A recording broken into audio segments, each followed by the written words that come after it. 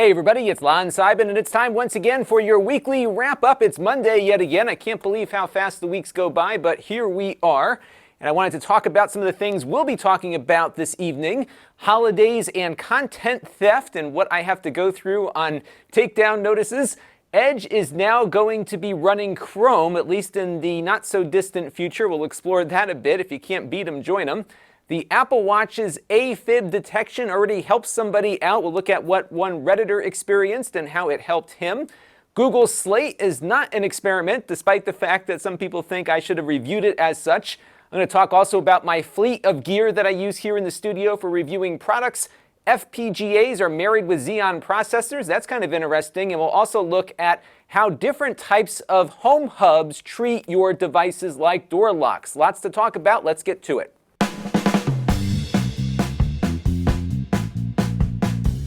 But I want to begin first by thanking our newest members on the channel, including Sean Kester, Jacob Coucher, Ed Finney, and Jonathan Coe. Sean gave via Patreon, and the others gave via my donor box page. I want to thank them and everyone who's been contributing on an ongoing basis, along with everyone who watches on an ongoing basis too, because all of those things equal channel growth. Now, we don't have an advertiser this week, but we do have a non-ad for an occasional sponsor here on the channel, which is Plex and the Plex Pass. And I wanted to talk about my Plex affiliate link for gifting a Plex Pass subscription to somebody that you know or love. I know a lot of people want some of these features, and maybe they would love a gift of a Plex Pass to get all of them. You will get the DVR, of course, mobile syncing for offline viewing, free Plex apps across all platforms, parental restrictions, subtitle searches, lots of other new features that get released on a regular basis as well. So if you have somebody who's been using Plex a lot, give them a gift. You can get them a lifetime subscription, for example, and they'll be set for life. So let's take a look now at the week in review. I didn't do all that much on the Extras channel this week, but we did unbox the Google Pixel Slate. I also did a follow-up on my Mac Mini review, because one of the things that I noted in that review was that YouTube video was dropping a lot of frames when I was using the built-in Intel video hardware. A recent update to Mac OS X, 10.14.2 to be exact, resolved those issues. So I did that as a follow-up video and added a card to the original. And then on the main channel, we did my full review of the Google Pixel Slate. I'll talk more about that in a few minutes. We also looked at the Apple Watch's new ECG feature and showed you how to set it all up. If you got one of those watches, definitely activate it and run a test every once in a while to make sure your ticker is ticking correctly. And then we also had my full review of the Google Home Hub, which is a Google Home with a screen that I like quite a bit, and everyone seemed to have a lot of good things to talk about on these videos, so we'll be getting to that in a second. And now it's time for a couple of things that are on my mind, and this is week 94 of me doing this as a full-time occupation, and one of the things that I deal with quite a bit is people taking my content and re-uploading it. And Michael Caine here, it'd be so cool if this was the real Michael Caine, wrote me a note here to say that somebody was grabbing one of my recent Lenovo Chromebook reviews and put it up on YouTube. And one of the disadvantages I have of being a very highly search optimized channel is that people can easily take my content, upload a similar description, and sometimes do as well as I do. So I have to really stay on top of this because I'm going to be losing revenue if people are able to do this freely. And one of the things that YouTube has done over the last year is make it harder for people to monetize their channels immediately. So a lot of these channels that just spring up out of the blue and start uploading my content and content from other creators have a harder time making money off the ad revenue. But they can still make a lot of money off affiliate marketing links, which is how I got this channel really going. Because even though I wasn't making all that much money on YouTube initially, the affiliate revenue was actually pretty good because people who were looking for a product were finding my review and then clicking on the link to go to Amazon or some other place. And that's what these folks are hoping to replicate just by stealing my content. So a lot of times what they do is they just re-upload the entire video. They'll put an affiliate link down in the video description.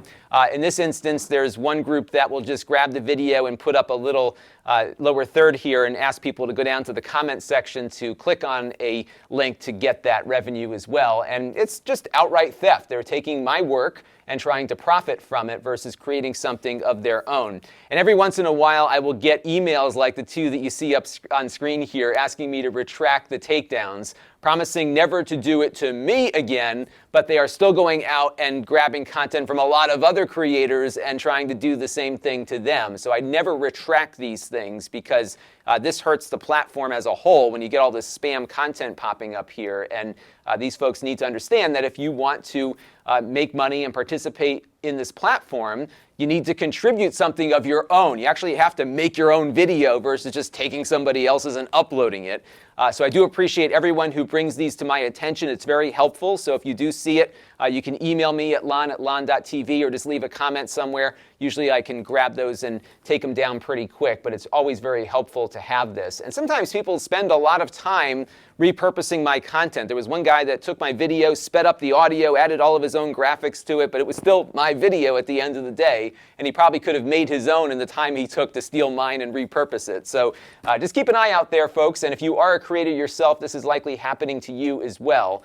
Initially, when I first started really getting aggressive about this, I had discovered that over the course of the year, I probably lost about 200,000 or 300,000 views to some of these people that were pirating my content, essentially. So really staying on top of this is very important, and YouTube is now making it a lot easier for creators to spot when this kind of thing occurs. Now, this is not to say I'm opposed to others using my content in a fair use kind of way. Every once in a while, I'll see somebody respond to something that I said or did, and that's totally fine. But I do ask, if you are going to take a lot of my content for something you're working on, ask permission first. That's really a nice courtesy to extend. A lot of other YouTubers that I've worked with before also make those asks, and that's the kind of stuff that I think is important, not only just for basic courtesy, but also actually making the platform better for viewers too, because the more we work together, the better the content is that we can create for all of you. And now it's time for some things in the news that caught my eye, and a few of these stories caught your eyes as well. The big story here is that Microsoft Edge is going to be running with the open source Chromium engine, and this will also bring the browser to Mac OS. So it looks like Microsoft is now completely giving up on their own code base, essentially, for their browser and switching over to what is essentially driving Google Chrome and, I believe, Safari as well. So this is a pretty big change for Microsoft to make here, and it also is kind of a concession that their browser was not as good as Chrome might have been on their platforms. But one viewer makes a very good point in the Facebook group, Andrew Rauch here, about the fact that YouTube performance on low-end computers has always suffered on Chrome. And we've talked about all the reasons why in prior videos. So if they do switch to Chromium, I wonder what that's going to do for performance, because even things like the Surface Go here has better YouTube performance on the Edge browser than Google Chrome because of how they handle the video compression. And we'll have to see what Microsoft does perhaps to make some enhancements for some of those things that aren't quite working nicely on low-end hardware. So we'll reserve judgment until this change happens. It's not happening immediately, but it will be happening, I think, within the next year or two as they transition away from their own code to Chromium to drive that browser. Let me know what you think down in the comments below. Now, last week, Apple enabled the ECG feature on their Apple Watch Series 4, and it looks like it's already helped one person identify a condition that could have led to some significant health issues. This user on Reddit by the name of eDentel posted he's heading to a cardiologist because after they activated that feature on his watch, he ran the test and it said he was in Afib. He ran it again and it said, again, you're in Afib. He gave the watch to his wife and had her run it. Her heart rhythm was fine, so he decided that maybe I got to go get this checked out. So he printed out his atrial fibrillation recommendation from his watch. Remember, in our video, you can produce a PDF of what it read. And sure enough, he had a very rapid heart rate for being in a resting state. You can see very rapid beats here, and then a pause, some more rapid beats, and another pause, a big pause here. This is not a normal heart rhythm, so he decided to go to the emergency room. He was kind of embarrassed at first, as he mentioned here in his post. He said, you know, my watch is a new feature. What do you think? And they just let him right in. When you got a heart condition at the ER, they just don't make you wait online for that. So they brought him in. We went from having this relatively low detailed thing to getting the proper ECG taken on a proper medical device. And here you can see his heart rhythm is at 132 beats per minute, which is wicked fast. And you can also see the level of detail that you get from a true ECG machine But nonetheless, this low detailed report was enough to get this guy into some treatment, and hopefully his cardiologist now, who's armed with much more detailed information, can get him on the right track and have this condition treated. It's a very treatable condition. It's something that you can live with, and I'm glad that the watch was able to help him get there. This feature, though, is not enabled in most countries. They did activate it in the U.S. last week. The U.S. regulators determined that there is greater benefit than risk in having this feature enabled and making some medical recommendations for people.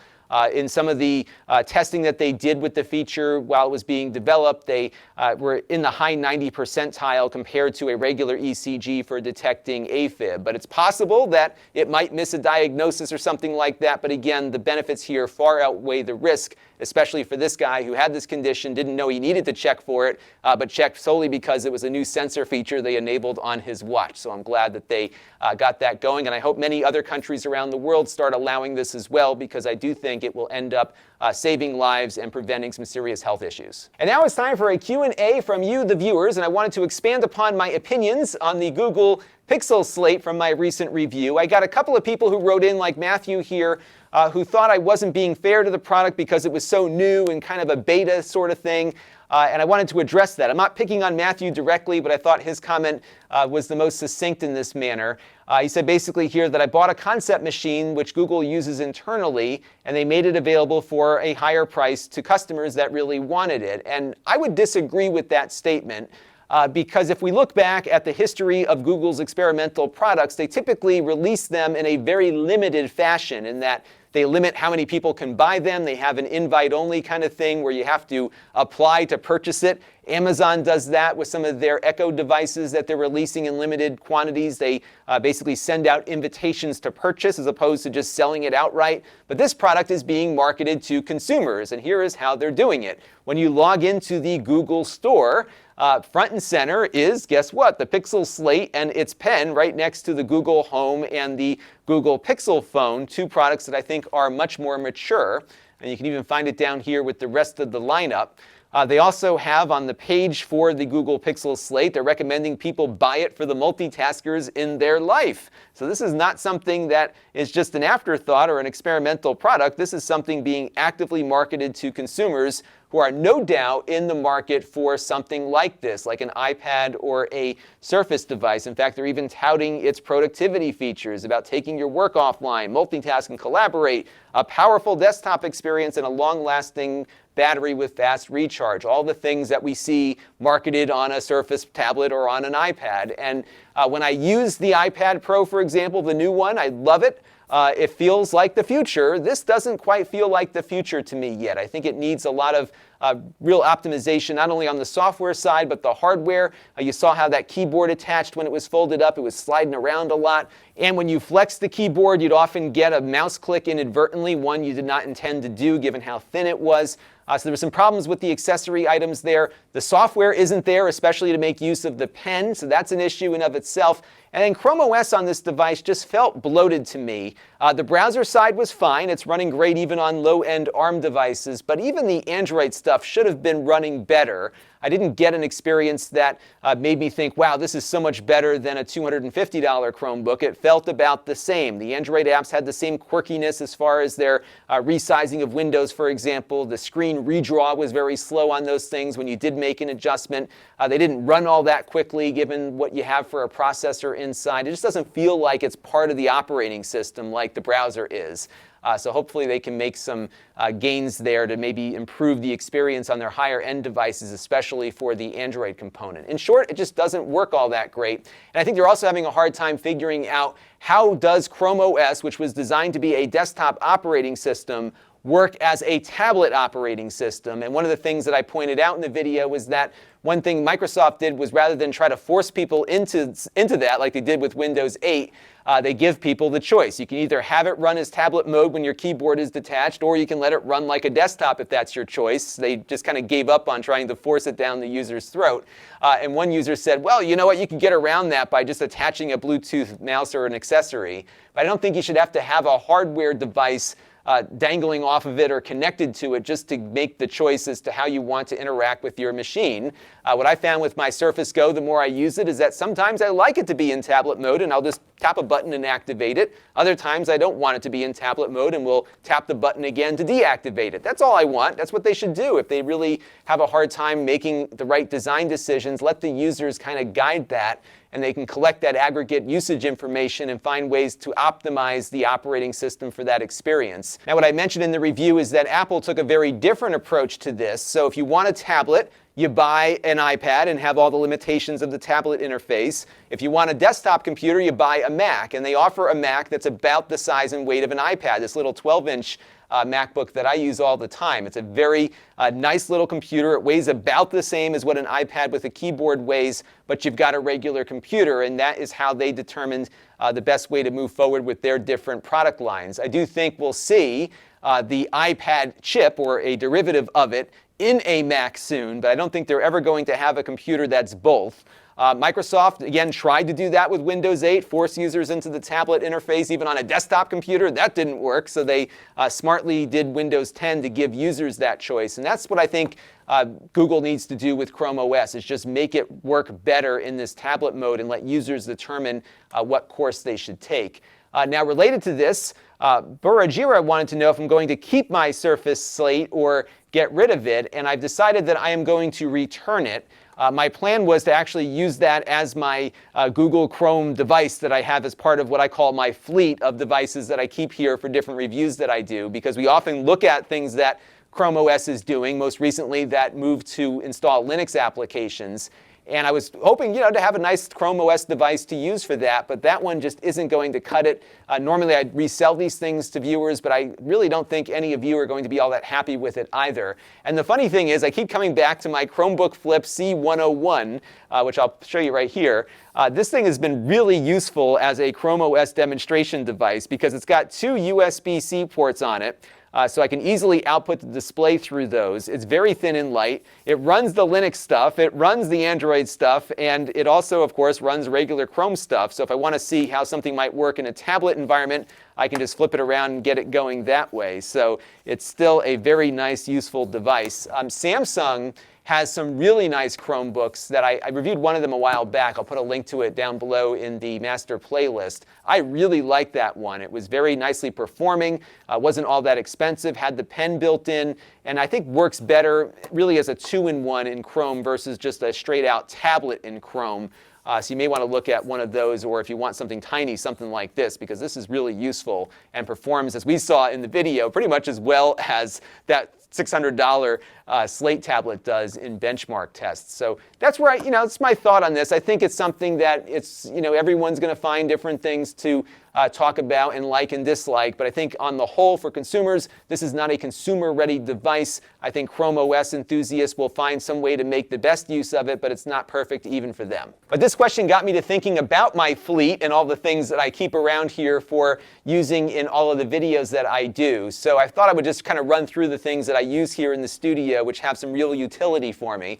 So on the Windows side, I've got, of course, the Surface Go, which I've talked about. I'm really liking the experience of owning this device. I know what its limitations are, but it's a very good Windows computer for doing Windows things, and it's very easy and quick for me to just grab this, boot it up, and get whatever I need running, and then get out. So it's been a great tool for that. I'm going to be using it a lot more, as you'll see, throughout the course of the year here. I also have a Dell XPS 15 that came in about 3.5-4 years ago from Dell, back in the early days of the channel.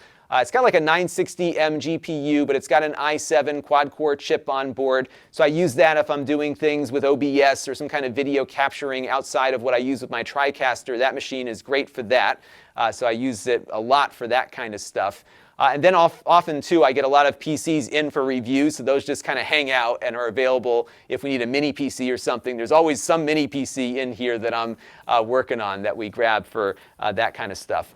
For phones, I've got my iPhone. I'm going to refer to my list here as I run through it. I've got my iPhone, of course, my iPhone 10, which we use when we're demonstrating products that have apps, for example. I have the iPad Pro for iPad kind of stuff. For Android phones, I use a OnePlus 3. OnePlus sent that to the channel about 2 or 3 years ago, but they really keep it up to date, even though it's an older phone. So I haven't had any problems running apps on it. All the things that I may want to demonstrate on an Android phone, it demonstrates just fine. I've been very happy with that phone, so I use that as my go-to Android device. And then we also have that GPD XD Plus, which is a little handheld gaming unit that has some of its own utility as well. So if we're doing any kind of Android emulation or something like that, that works really well for that. TV boxes, I have a lot that I have to keep around. The NVIDIA Shield, of course, I've got one dedicated to just the studio. That's a device that I use all over the house. So I have one on every television. So I've got 3 in production, essentially, upstairs.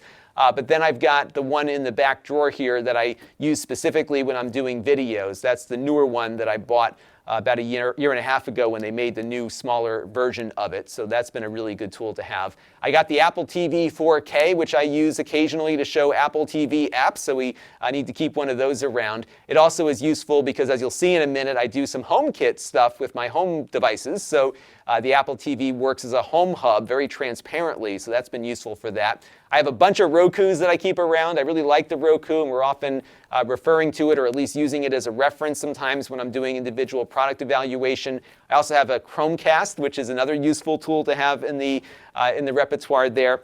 And then, of course, I keep an Amazon Fire TV stick around, and I recently got the 4K stick, which is now my reference Amazon device, too. Because whenever there's an update or something that happens on that platform, it may warrant a video update, so I like to just keep one of everything around here, especially in the TV box world. And you can never have enough solid-state hard drives, so I have a bunch of these portable SSDs. This is my collection of Samsung devices, but I've got some SanDisk ones, too. A bunch of them are out there because we edit video exclusively on portable solid-state drives. They are so fast. They're like mini RAID arrays. They've been really helpful for that, especially the USB-C versions. So I've been digging these quite a bit.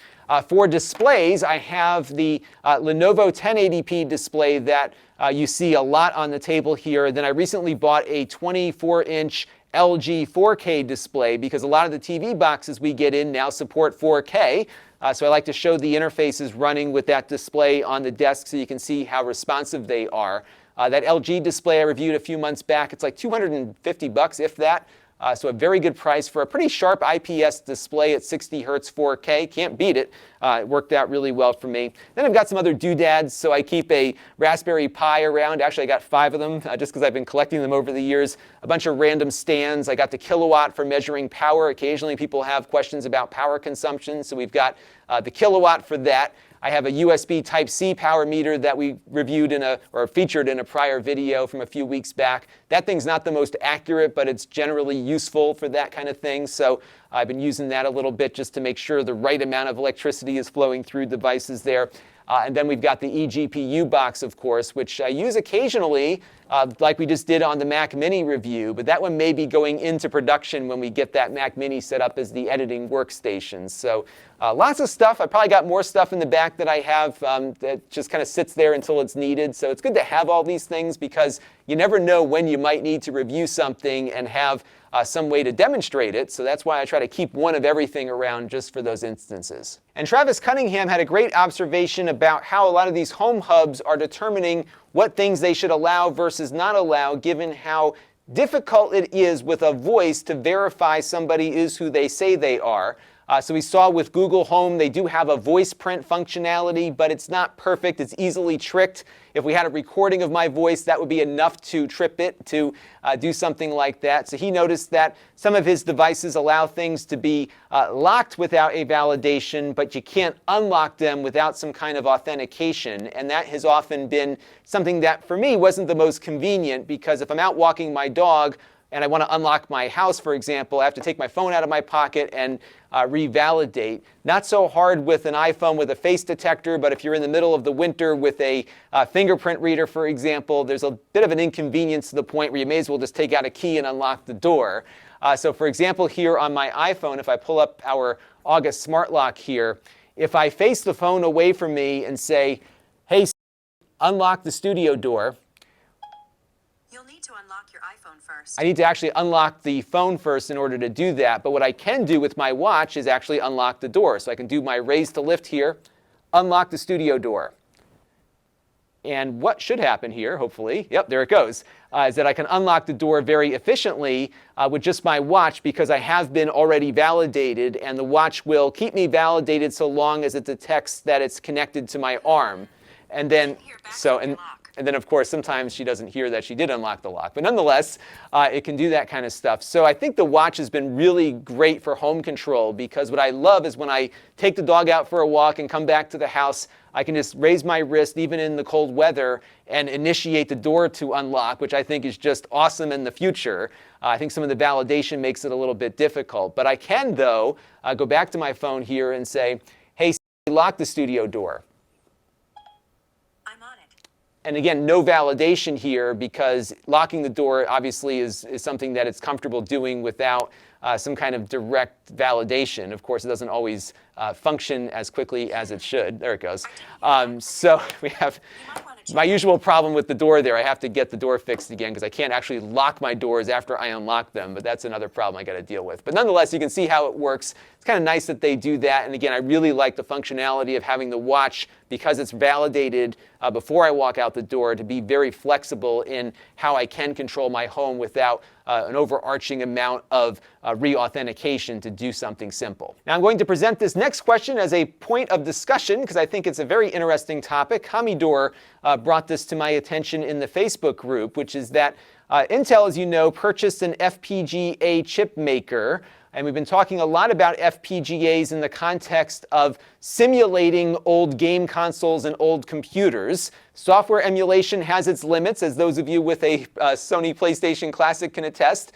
And there's something about running things in a simulated FPGA environment that brings more authenticity to the original hardware, yet being compatible with modern HD televisions. Two of my favorite products recently that use that technology are the analog consoles, their NES console and their SNES console. Great experiences, very little controller lag, but you get the benefit of a very clean HD signal coming out of those classic game consoles. And we're seeing now a whole new string of interest coming around FPGA technology in the open source world as well, with the Mr. project that we'll be hopefully doing some more with in the coming weeks. And Hamidor brought to my attention that there's actually a Intel processor, a Xeon processor, that also has an FPGA integrated into it, which is really intriguing.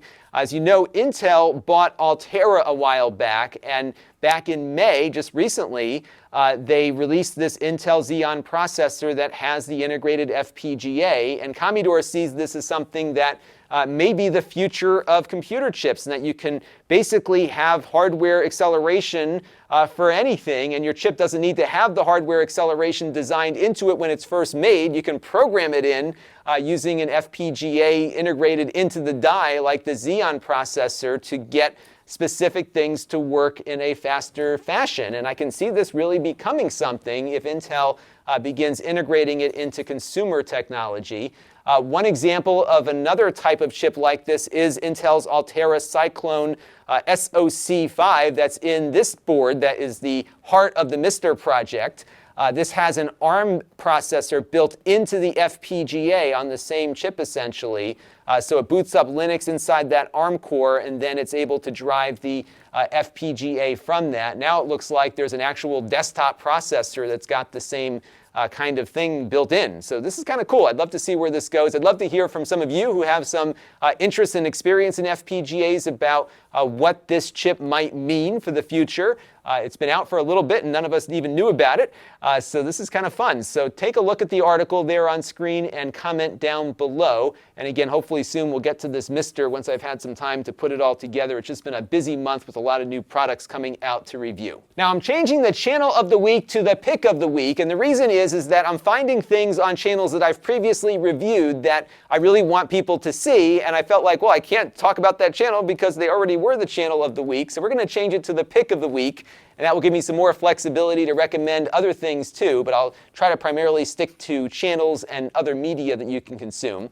So on the Motherboard YouTube channel this week, they had a great video about a do-it-yourself rocket maker who's in the process of developing his own self-landing model rockets. And what I really liked about this is that we're in a period of time where there is so much available inexpensively for people to start tinkering with this. He's got a whole gimbaling rocket system, and he's working on the timings of bringing these rockets down so they can land with a solid fuel motor, essentially, on the ground. And he's making a lot of progress in getting it there. And you think about it, this is like one guy with a hobby who's kind of replicating some very advanced rocket techniques, because software is available, the means of connecting with other people with similar interests is available, and there's hardware available very inexpensively that can provide the processing power he needs to make all of these calculations for a free-flying rocket. This is just cool stuff, and definitely worth checking out, because I think, again, we're in a period of time where we're going to see a lot of rapid innovation from people like this guy who are going to invent things again, and you don't necessarily need anymore a big, huge corporation to do it. To some degree, these FPGA chips are a great example of that. You can program any hardware you want without having to own a silicon manufacturing facility for chips. This is cool stuff, and just another example of I think, an exciting time in human development. There's a lot of problems that the internet brings, but there's also a lot of benefit, and this is one of those examples. So check it out, the Rocket Guy, at the link you see down below. So this week on the channel, we'll be reminded why I keep an NVIDIA Shield or 3 around, because the GeForce Now beta has been out for a little while. I got let into it, I'm not sure how long ago, and I discovered that I can actually play the Steam games that I bought on Steam in the NVIDIA cloud. It works really well, especially given that Steam has cloud syncing. So I wanted to show it to you in case you didn't know you could do this. It is free until they decide to stop making it free, but I thought it was a very good idea to start integrating people's purchases into their service that they've been trying to launch for a while now. And I guess you can also run this on the Mac and PC as well. So I'm going to cover that a little later in the week. That should be a fun one. It's not news perhaps to some of you, but it's news to me, and I thought some of you might be interested in it. I also got in the new Roku Premiere, and I'm thinking about maybe updating my Roku buying guide video, because they have so many products, like $10 apart from each other. This might be a helpful video to put together. I did one a few years ago. They've changed some of the products around, but they still have the same number of products. And the Premiere now is their lowest cost 4K device. But it's only like $10 or $20 behind their next highest cost 4K device. So we'll look at what this one can and can't do in a review, and maybe I'll do a follow-up the following week on what you should be looking at. I also got in this Lenovo gaming laptop. This is their Y7000P. I just haven't had a chance to get it all put together yet, but I hope to review it a little later this week, as I know you all like the lower cost, not low cost, but lower cost Lenovo gaming machines, so we'll take a look at that. And also on the docket is the single drive Synology NAS, which I have now fully evaluated, and I'm just trying to find a good time to slot it in for a full review, so stay tuned for that. Now, if you want to help the channel, you can go to Lon.TV/support and make a monthly or one-time contribution to the channel. We also have my Plex relationship, which is ongoing. We talked about my Plex gift affiliate link at the top of the show, but you can also sign up for a free Plex account, no credit card required at all, and we'll get a little commission for that too. So if you want to help the channel with Plex, there are many ways to do that. We have many other channels to take a look at as well. We have my Extras channel for supplementary content like that iMac follow-up, but also unboxings. We have the podcast, which is an audio version of this show. We have the Snippets channel, where you can find this show broken up into search-friendly snippets, and that one's starting to grow nicely. We have over 1,000 subscribers there. And we have my live stream archive at lon.tv/livestreams for some of the live content that I've done in the past. And if you like what I do, I suggest you click on that bell to get notified whenever I do go live or upload new stuff, so you can click on that bell right there to get it done. We also have different ways to engage with the channel, lon.tv/email for my very occasional email list. We have the Facebook page at lon.tv/Facebook, which is where you can find my videos as well. We have the Facebook group, which is growing by leaps and bounds. I think we're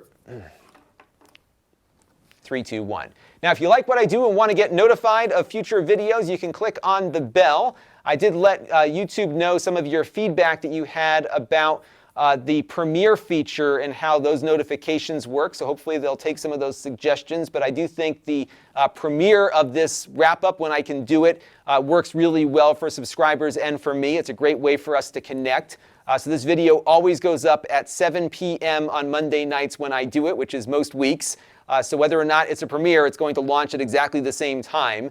So be sure to click the bell if you want to get notified when things happen. We have my email list at Lon.TV/email, which is very occasional. If I've got some big channel news, I share it on there. We have my Facebook page where I upload video from the channel, so you can check out my videos on Facebook if you prefer to watch there. They're monetizing for me now too, which is nice. We have my Facebook group at Lon.TV/Facebook group, which is growing by leaps and bounds. I think we're close to 600 people in there now. Great discussion, great feedback and topics for me to cover here on this show and other things that I do. So I'm really finding it a very useful place to interact with everyone, and it's great to see many of you interacting with each other.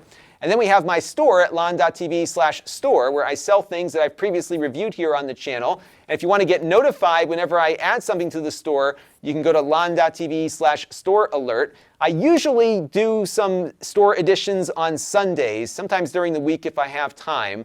And the stuff I put up last night already sold, so those notifications are definitely being consumed out there. So if you want to get a shot at some of this stuff, definitely sign up for a notification alert so you can get one by email. And that is going to do it for this week's weekly wrap-up. I want to thank you all for your continued support of the channel. We got a lot of great stuff coming up here as we wind our way through the holiday season, so please keep those suggestions and comments coming so we can keep providing great content for all of you. Until next time, this is Lon Seidman. Thanks for watching. This channel is brought to you by the Lon.TV supporters, including gold-level supporters Chris Allegretta, the Four Guys with Quarters podcast, Tom Albrecht, Gerard Newberg, and Kalyan Kumar.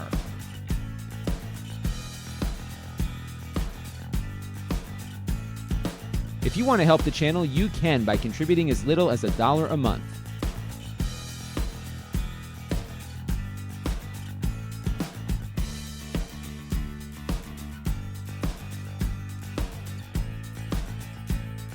Head over to Lon.TV/support to learn more.